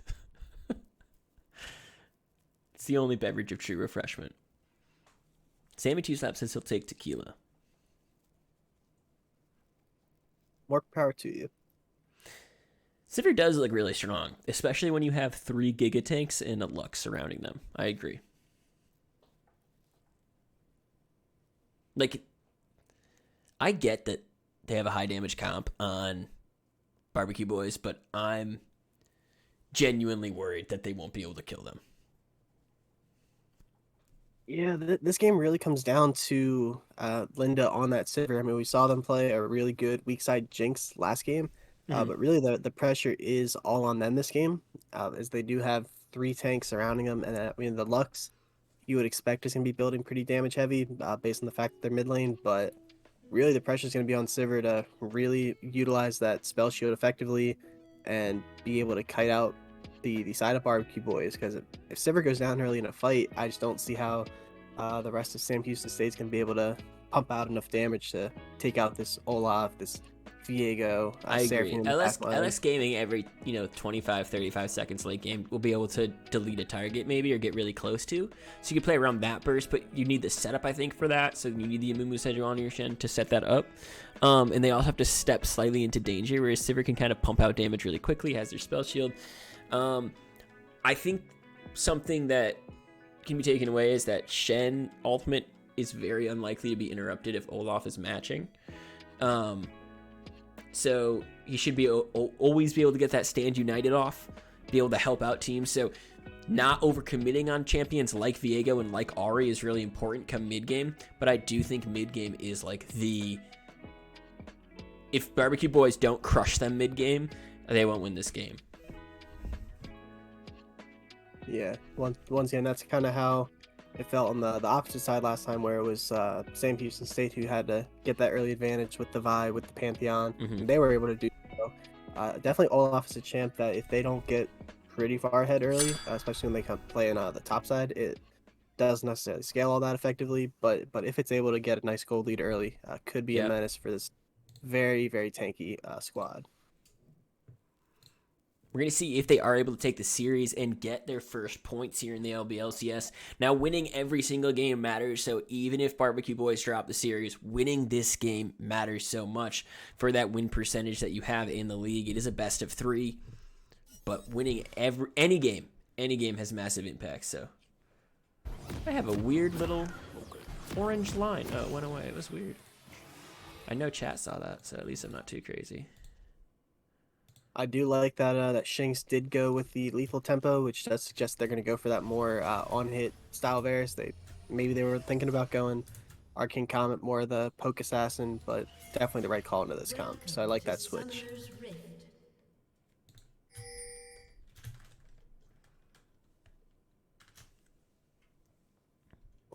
Once again, neither team really looking to take any risks here. Just gonna kind of 5-point. Varus a little late leaving base, but not gonna matter too much. Is doesn't look like anything's gonna happen here. Yeah, again, pretty casual opening. Like just casual as in like you watch Economy League and sometimes there is 8 kills to start the game. So casual in the sense that everyone's playing very safe, respecting each other, very calculated. I think Definitely easy if you're the losing side of this. Like Barbecue Boys lost that game 1. You don't want to set yourself up on the wrong foot at the start of game 2. So I can definitely see why they're looking to play it pretty safe here. Not going to do anything crazy into that Amumu, into the Shen, potential taunt. Definitely a lot of CC could be coming out. Yeah, I think that if a team were to invade, it would be SHSU just because of comps. Like you have the Lux, Amumu, Sedge, Sivir, like all like straightforward queues that go forward. If you needed to invade to find early kills. Sammy 2-Slap, there's no way you can increase my height. I'm already maxed out at 3'7".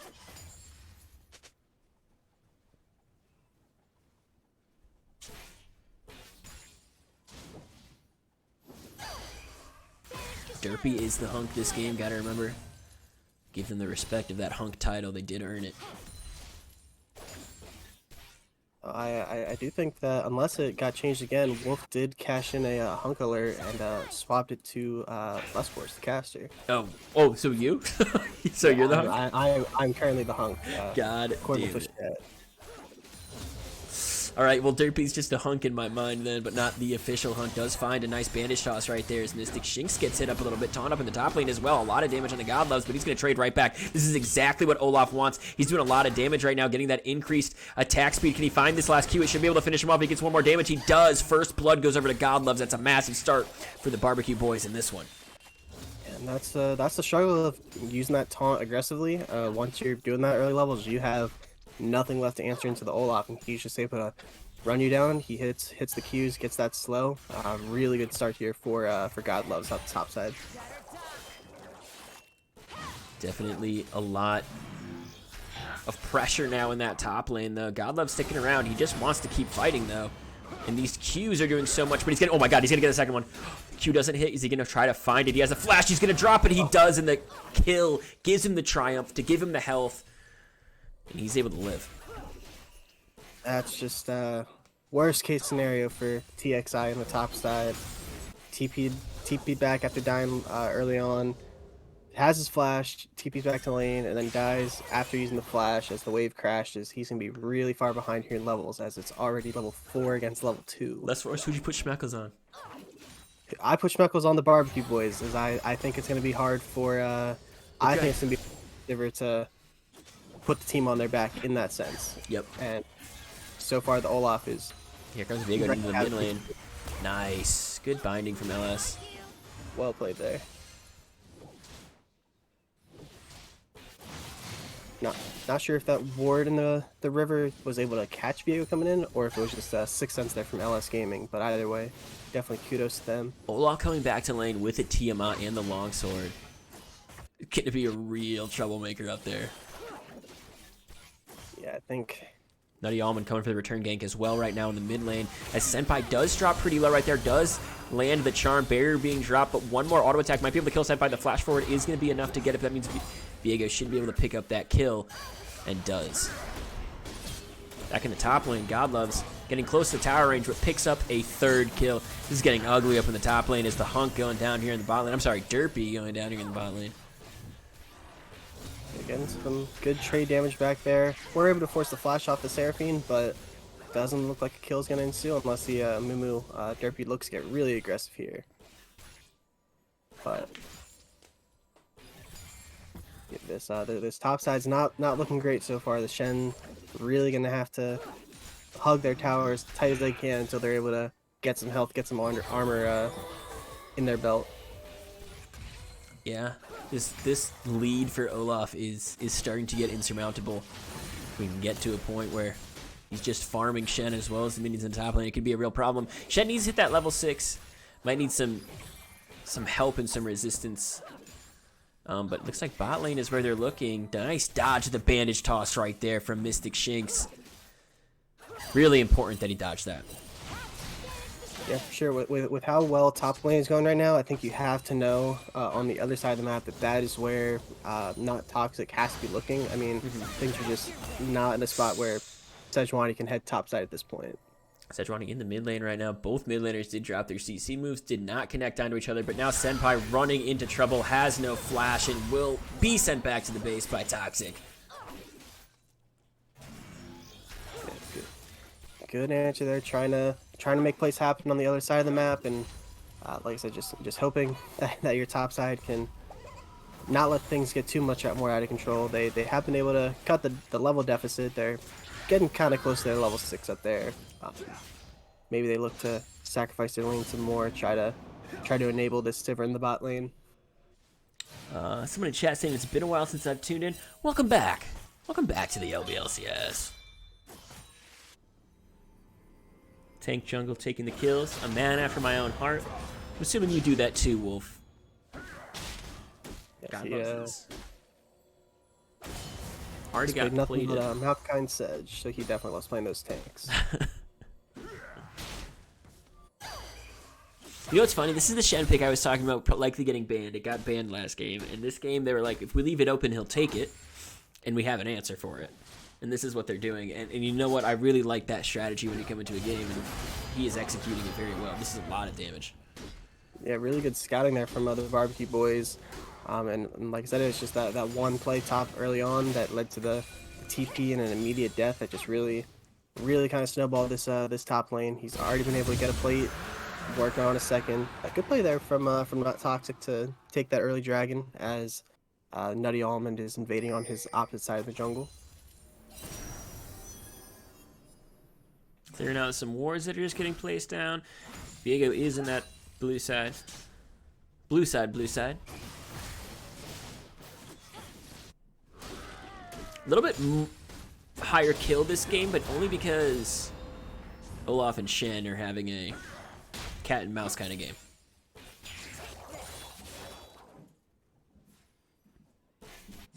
Olaf just being a big meanie up there on the top side, but they've been able to make some good plays in the mid lane to try and find an advantage for SHSU for sure. My upstairs neighbors are either moving furniture or crushing the floorboard, so I'm gonna mute myself for a minute. Alright, I will on the spot try to do some play-by-play as it comes up. Doesn't look like anything too crazy is going to happen. Viego was able to pick up the Rift Herald on the top side, trading those objectives, Dragon for Rift Herald. Viego looks to be a little bit deep at the moment. If they had vision on him, they could maybe look to capitalize on him, but he's going to get that reset off. Changed his mind, actually. Looks like, I mean, lanes are all pretty much in the middle of the map. We'll see if the Shen fight turns into anything. Viego walking topside, and there's the taunt away, so likely nothing more coming out of that. We'll see if they look to pop the Rift Herald. I would say this is really early. I honestly, with how well things are going for the Olaf, I don't know if I'd want to pop the Rift and crack this tower at 9 minutes, but they're going to go ahead and get some more gold on the Olaf. Sejuani's here to match, though. Yeah, and here comes the damage coming out right now as TXI gonna have to back up. Playing a little bit more aggressive just because Toxic in the air. The ultimate does get dropped by Sejuani, throwing a lot of damage onto them. Does able to taunt under tower. Naughty Elmon taking one tower shot. Oh my god, they're going to pick up another flash out. It's not going to save his life. That's a shutdown here for Toxic. The flash forward is going to be enough, but you will die after. Oh my god. Oh, the extra tower shot still came through. Almost a really clean play from the Nutty Almond, but just unnecessary, I think, and might actually set them back more in gold than they thought. Yeah, just wasn't able to hit the flash axe like they were hoping for. If they would have been able to pick up the Shen, maybe that was a different play there. But a lot of gold into the Sejuani's pocket there. Able to pick up the double kill and has that 10-minute Radiant Virtue. Is great play. Curse of the Sad Mummy comes in and Shinx has to run away. The Ignite gets dropped onto them. As Femboy is not going to be able to connect because a nice spell shield from Linda keeps them alive. LS Gaming does get charmed right there. Senpai's doing a little bit more damage. Doesn't get hit by the E. 5-5 is the score, and it's dead even pretty much here with the gold. Yeah, and that's definitely what you want to see if you are Sam Houston State. I mean, they were able, relatively, I would say they've been able to stop this bleeding that the Olaf was creating. I mean, obviously they're down, about 20 CS here on this wave, and You might likely, stop the bleeding, but the man is going to make you bleed again. And he's going to try to Yeah. make you bleed again any second. He is hungry and thirsting for kills. for sure. But they were able to pick up that kill on the Sivir, which is your primary damage this game. Yep. Getting the kill on the Seraphine, really good spell shield like you had mentioned. Definitely think we should see Not Toxic playing bot side a little more, but who knows? TXA and Godlove's doing a little dance just outside of this tower range. A nice taunt right there. Actually almost pulls him back into it as those minions were dying, but not quite going to be enough. Godlove's going to heal back up as TXI also dropping the pot. Uh-oh. Derpy and Toxic right here looking for more. No ultimate this time for either one of them, but it's actually Sedge just got hers up and she throws it down. It's going to connect on the Seraphine. Shink's going to go down. Another kill onto Linda. Can they get a third one right here? They should be able to, and it looks like Seraphine's going to flash away and survive, but one more auto attack does it, and that's a double kill versus Sivir. That's huge. This is massive. This is how they win the game. They do not allow Olaf to pop off and continue to go crazy, and they get this Sivir ahead. This is everything you talked about. No, absolutely, and really well played there by Derpy and Not Toxic to allow the Sivir to get that gold. It's just not going to be that effective on those tanks. It's going to pop the ult, get the plates, and looks like going to be able to take his first tower here. Pretty easy. Yep, should be able to take that tower right there. Which means gold's still going to stay kind of even. There will be a lead here because they're going to get another plate down in the bot lane. But it's not out of hand either way right now.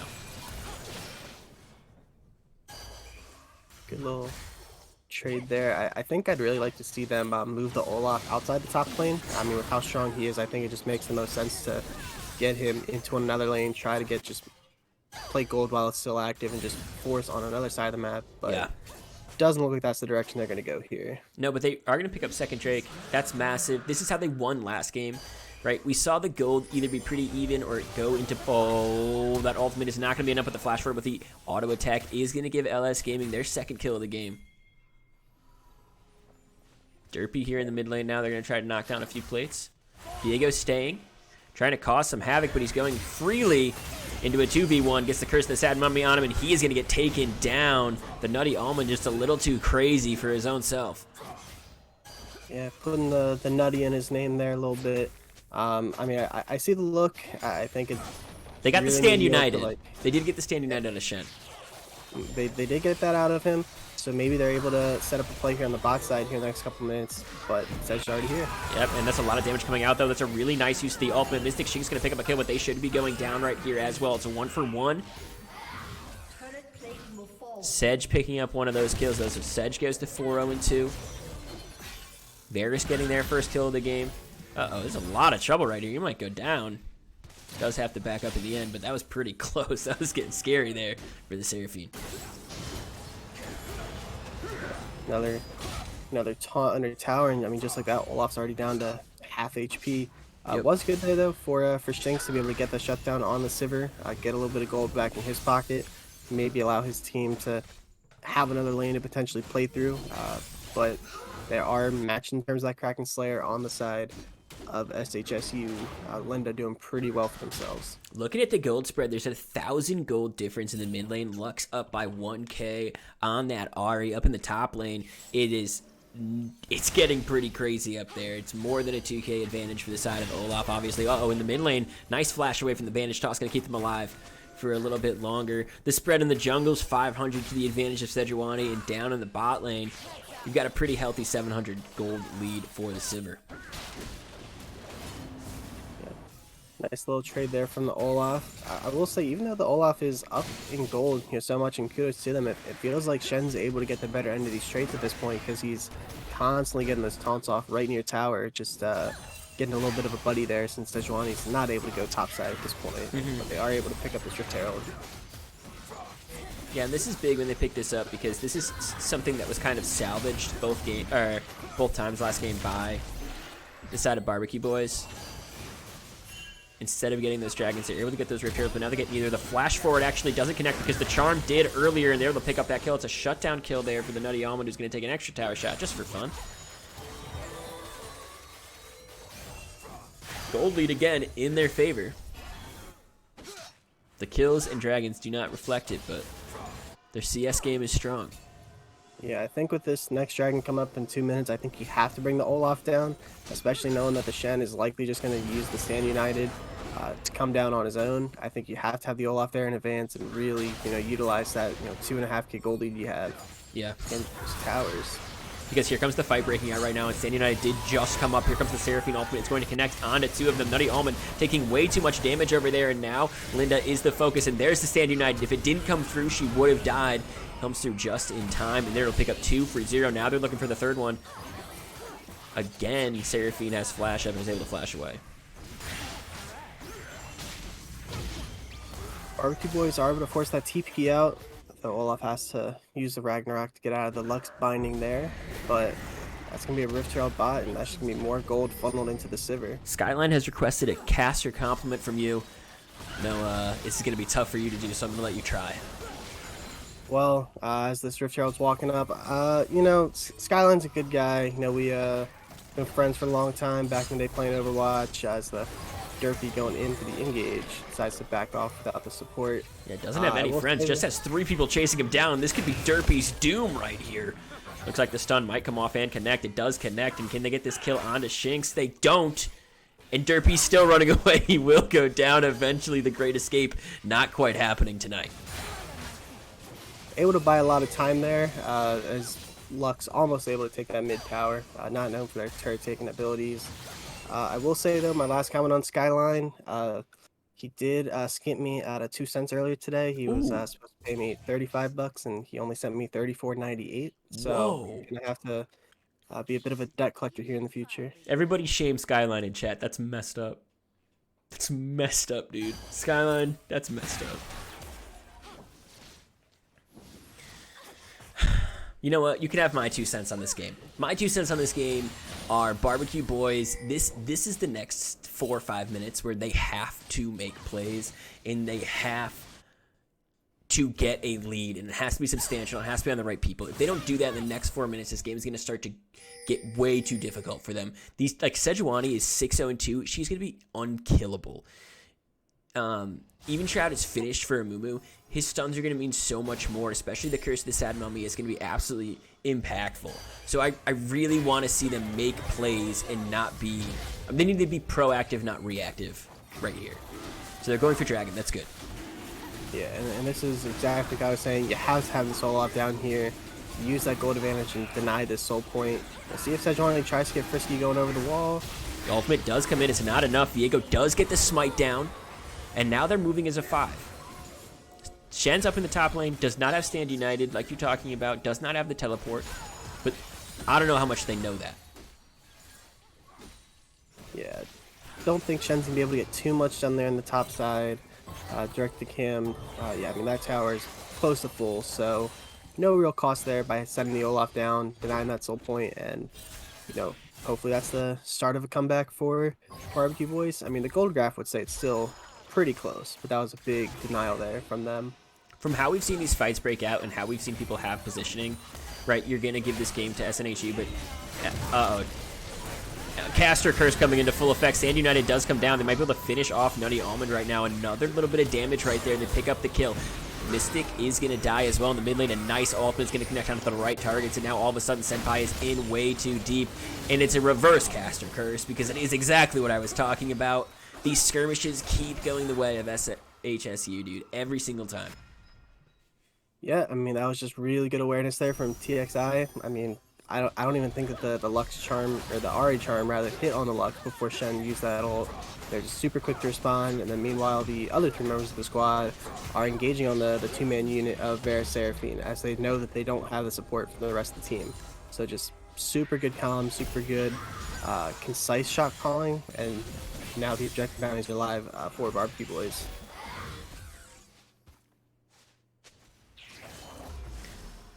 Are moving on to the Baron.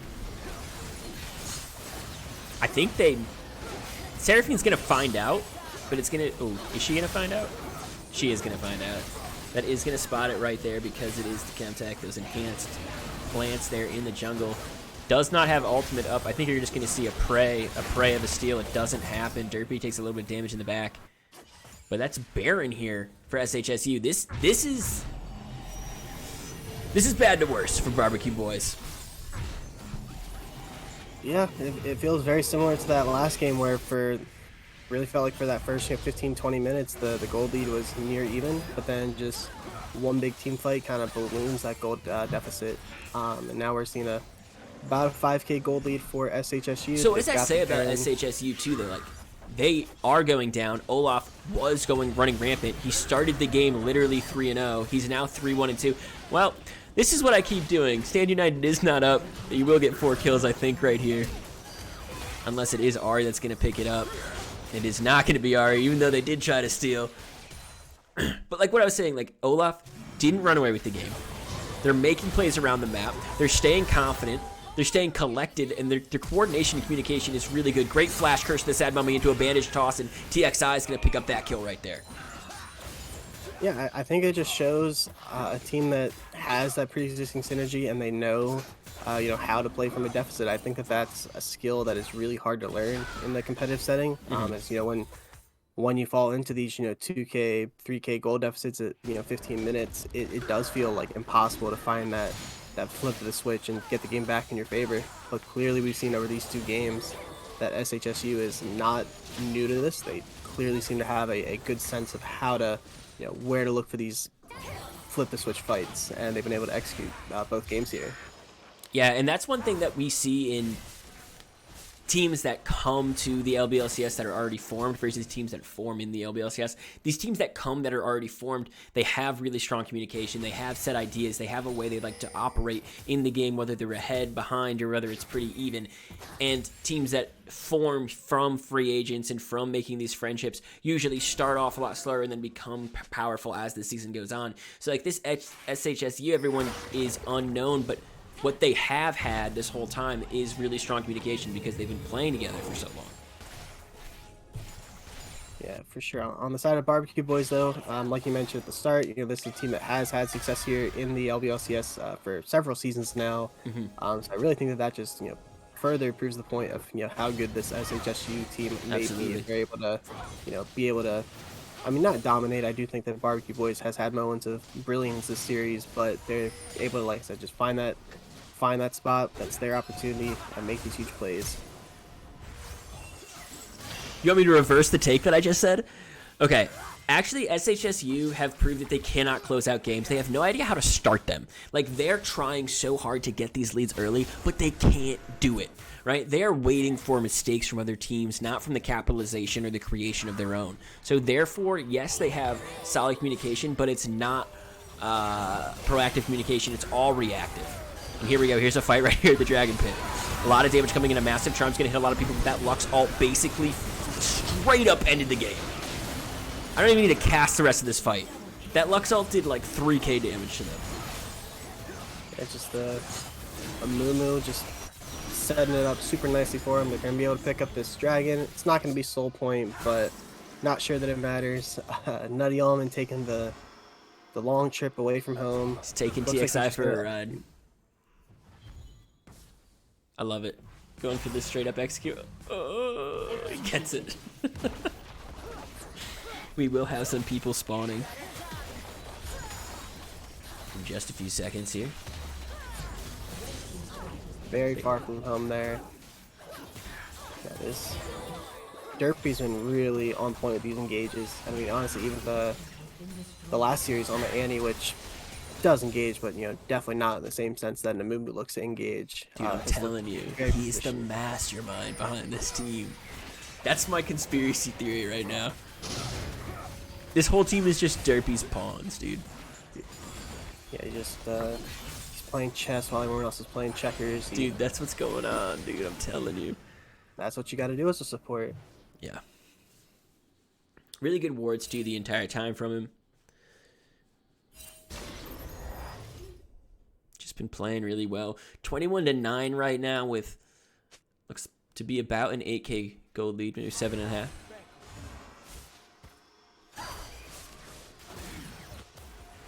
Yeah, you're kind of once again in that tough spot where your side of the jungle is no longer yours. If SHSU say that they want your blue and your Gromp, And they're gonna take it. Yeah.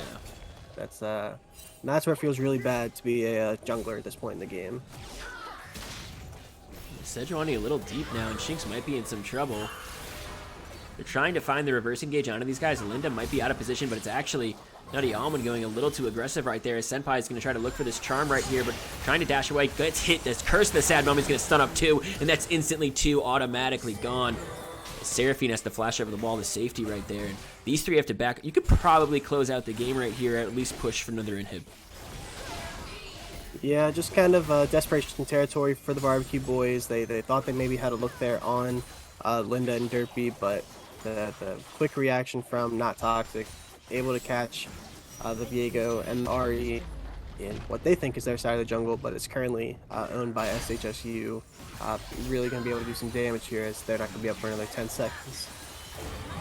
Yeah, they're putting them in a pickle right here. Can they find a way to knock down this tower, or can Barbecue Boys find a way to hold it? You gotta dodge that Luxalt. That is your whole life if you're this Mystic Shinx right now.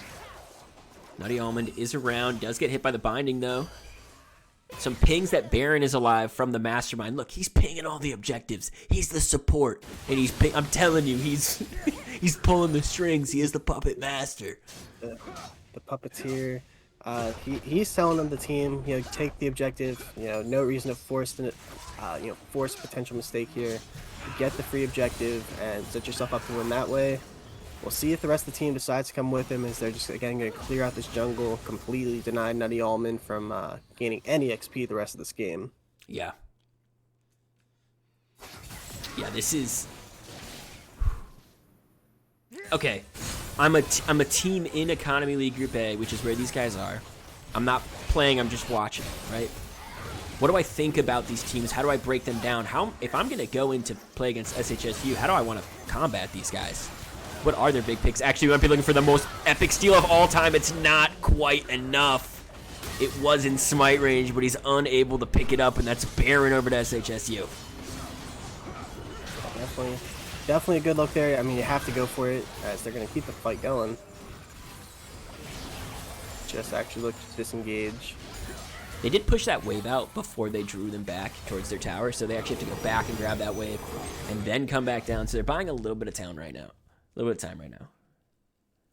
Yeah, to answer your question though, I think I've definitely got to be, pretty weary if I'm going against SHSU in the future. I mean, you're calling Derpy definitely seems to have a good cadence on where he needs to be on the map at any given point. He's made good roams, match plays that Barbecue Boys have tried to make.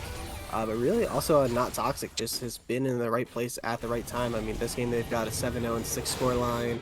Last game on the Vi, they were really able to enable that Pantheon and set up the Jinx for success as the game went on. So definitely got to give kudos to those beefier frontline members.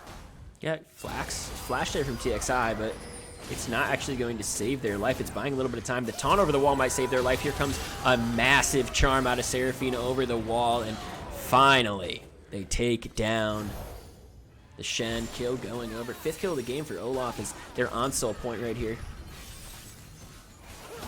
Godlove's definitely having a good game on the Olaf, the KDA. He's definitely been able to fare pretty well. As all that great. He's gonna get the kill. Flash is not enough. Flash is trade. They do pick up Chemsoul though, and the ultimate sniped out of the air. Just picked him out of his pocket, found him deep in his own base, and then Nutty Almond's gonna be the next one to fall as Barbecue. Oh, a nice flash away from everybody actually. Can they get over this wall right here? They're trying to get away from Toxic, and they might just be able to, but LS Gaming looking for that E is unable to find it. Yeah, it looks like they should be able to just walk this in. They've got the Shen coming up with Stand United. That ultimate. Oh my arcane god. That ultimate is just disgusting right now. It's easy to forget how much damage Lux can do. Most of the time, see your support now going a more supportive build, but I mean this Lunatic goes into Shadow Flame with the sword shoot. It pops. Not fun at all. It pops. Flash forward from Derpy, looking for something, trying to find some kills right here, trying to find a play. That binding does connect onto Olaf. He's not going to drop his ultimate quite yet. Looking for something here, as Ari is trying desperately to chew through something.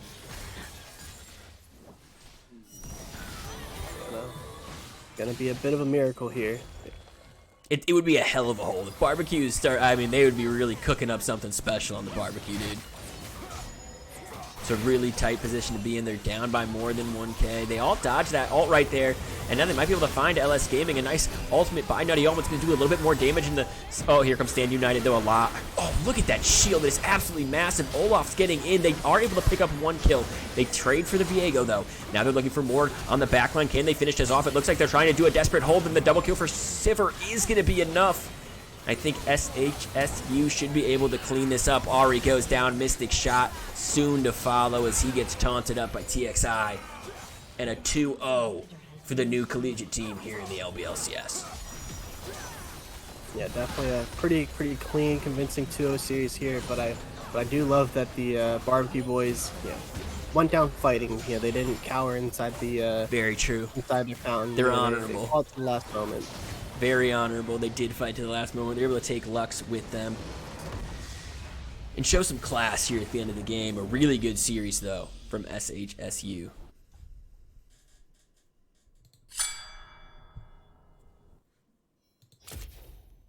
Take a look at these damage graphs, though. Look at the damage out of that Lux.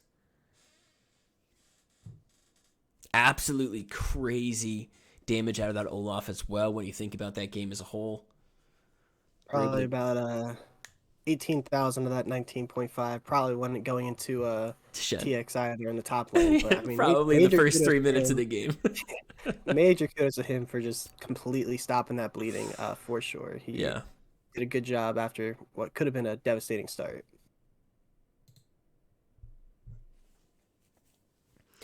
Very good games, though.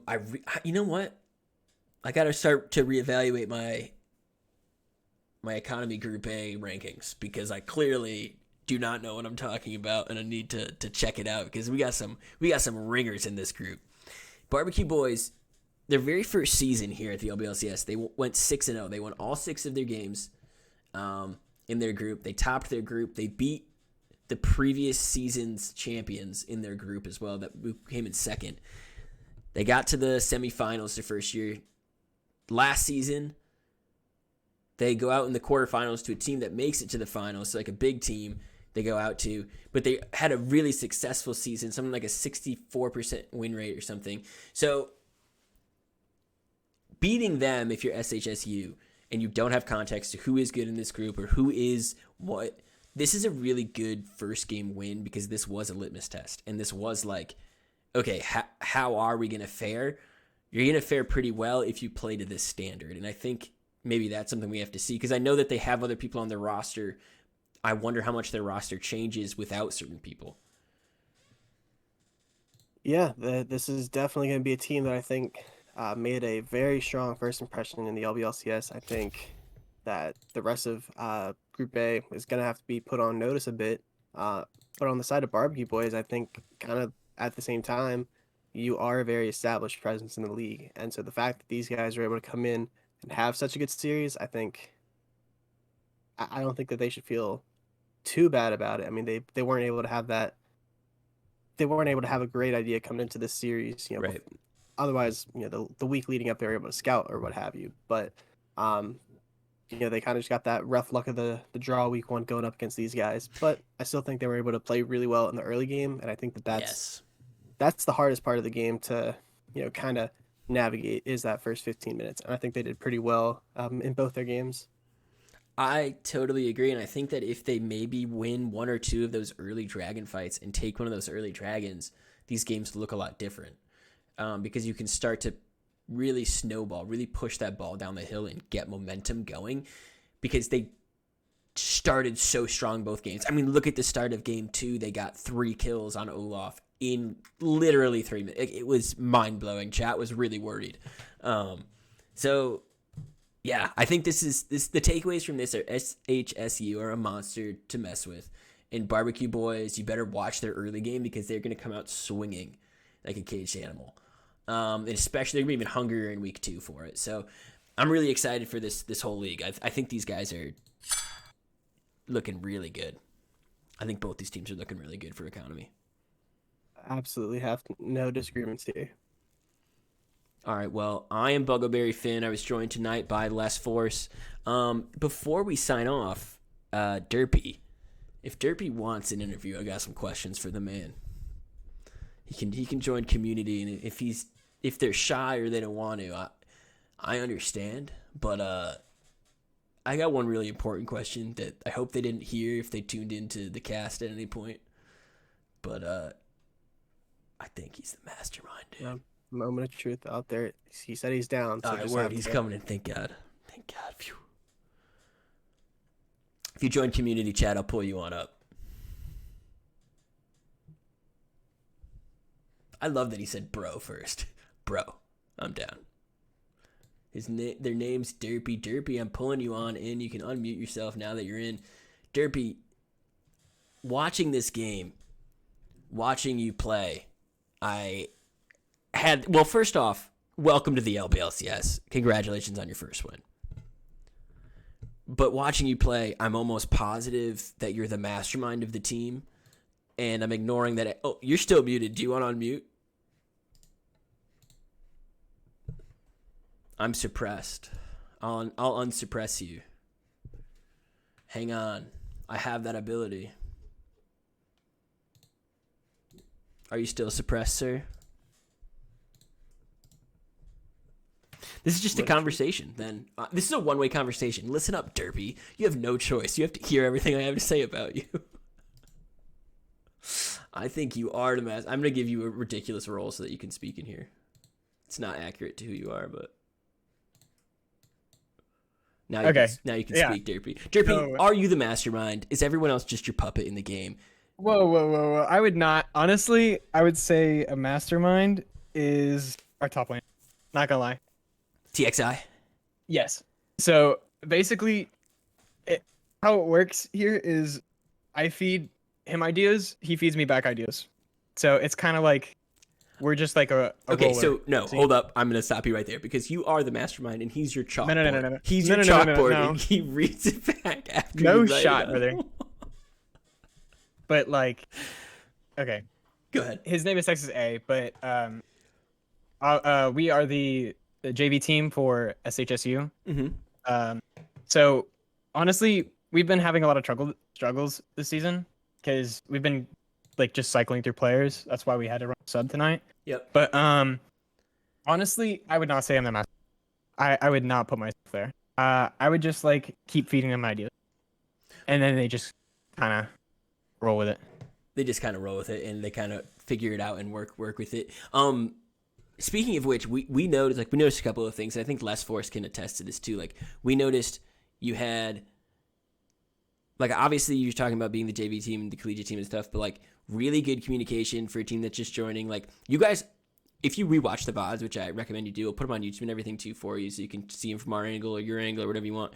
But you guys were behind in gold the first two games, like for the first 16 minutes about. Even though like game one you had a bunch more kills, you had more dragons, you were still down in gold.